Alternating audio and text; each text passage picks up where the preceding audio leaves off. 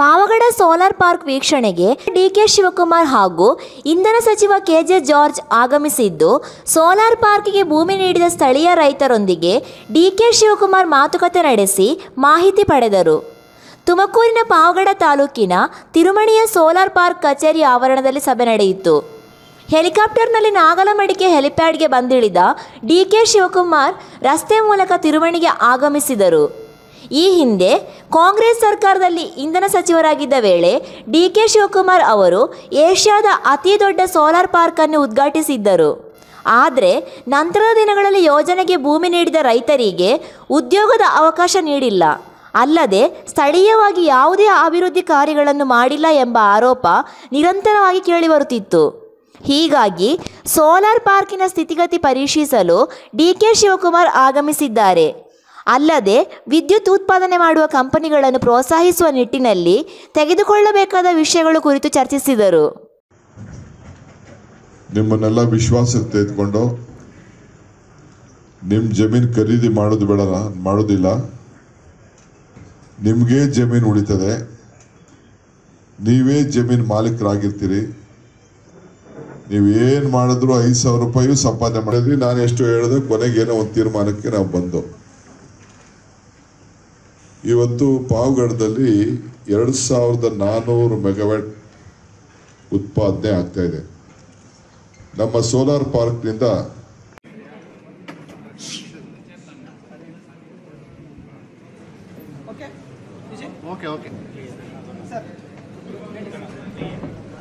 ನಾನು ನಮ್ಮ ನೂತನವಾದಂಥ power minister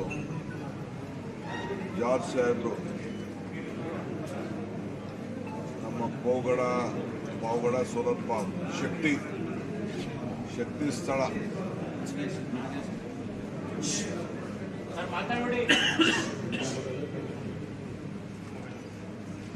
ಶಕ್ತಿ ಸ್ಥಳ ಭೇಟಿ ಕೊಡಲಿಕ್ಕೆ ಬಂದಿದ್ದೇವೆ.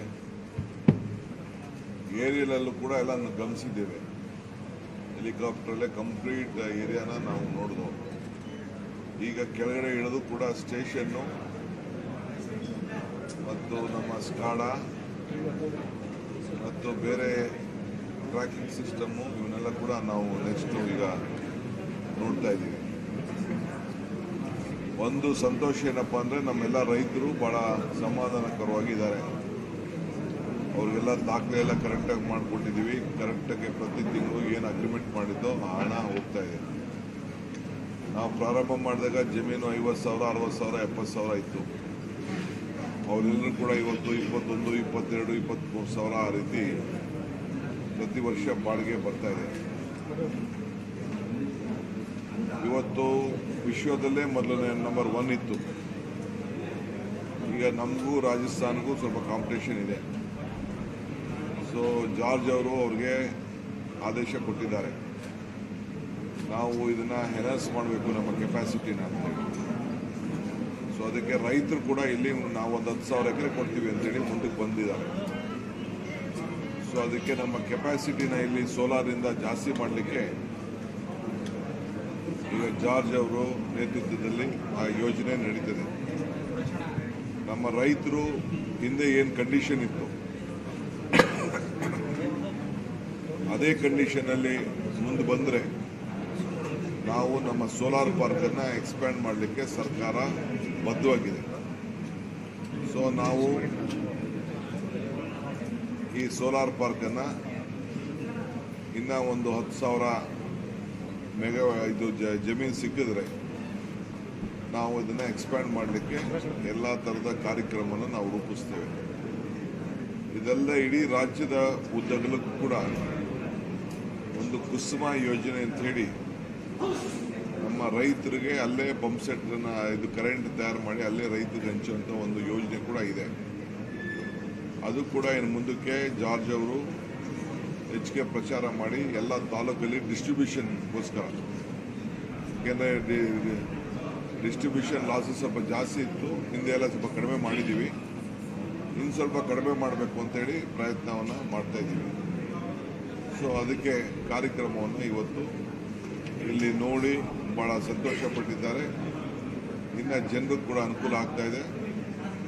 ಇನ್ನು ಮುಂದಿನ ದಿನದಲ್ಲಿ ನಮ್ಮ ಏನು ಪ್ಲಾನ್ ಆಫ್ ಆಕ್ಷನ್ ಅಂತ ನಾವು ತಿಳಿಸ್ತೇವೆ. ಸರ್, ನಿನ್ನೆ ನೀವು ಸುಜ್ಜಾವಲ ತುಷಾರಗಿರಿ ಮತ್ತೆ ರಾಕೇಶ್ ಸಿಂಗ್ ಭಾಗಿಯಾಗಿದ್ದಾರೆ ಬಿಜೆಪಿ ರಾಜ್ಯಪಾಲರಿಗೆ ದೂರು ಕೊಡ್ತೀವಿ ಅಂತ ಹೇಳ್ತಾ ಇದ್ದಾರೆ. ಯಾರು ಯಾವ ದೂರು ಬೇಕಾದ್ರೂ ಕೊಡಲಿ. ನಾನು ಸಿಟಿ ರೌಂಡ್ಗೆ ಹೋಗಬೇಕಾಗಿತ್ತು. ಅವ್ರು ಬಂದು ನನ್ನ ಪಿಕಪ್ ಮಾಡೋಕ್ಕೆ ಬಂದಿದ್ದರು. ನಾವು ಸುರ್ಜೇವಾಲಾ ಅವರು ಸುಮಾರು ಕಾಫಿ ಕುಡಿಯೋಕಲ್ಲಿ ಕೂತಿದ್ದು ಅಷ್ಟೇ. ಅವರು ಬಂದು ಕೂತ್ಕೊಂಡ್ರು.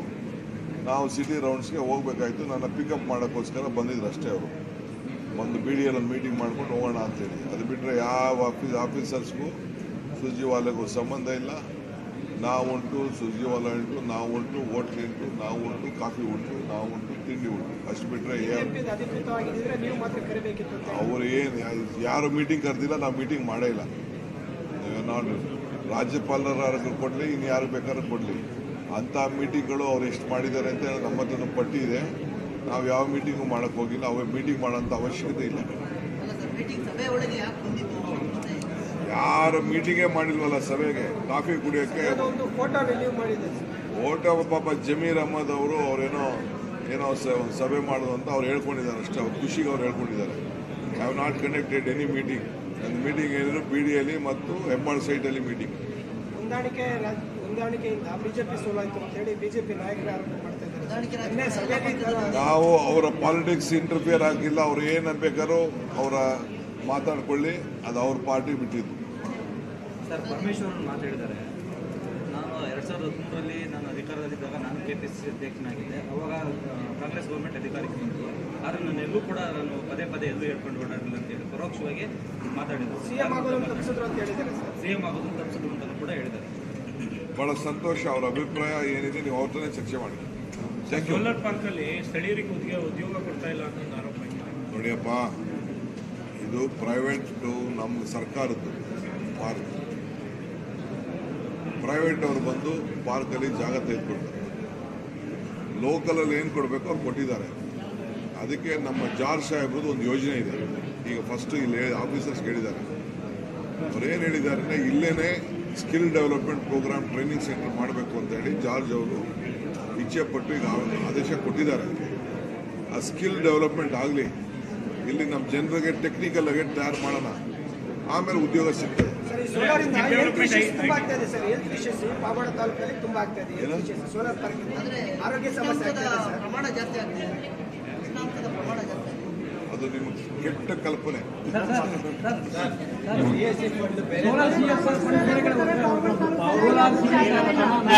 ಬೇರೆ ತಾಲೂಕು ಆಗ್ತಾ ಇದ್ದಾರೆ. ಅಲ್ಲಿ ಪಾವಗಡ ತಾಲೂಕು ಅಭಿವೃದ್ಧಿ ಆದ್ಮೇಲೆ ಬೇಕಾದ್ರೆ ಕೊಡ್ಲಿ ಆಗಲಿಕ್ಕೆ ಮಾತಾಡ್ತೇನೆ.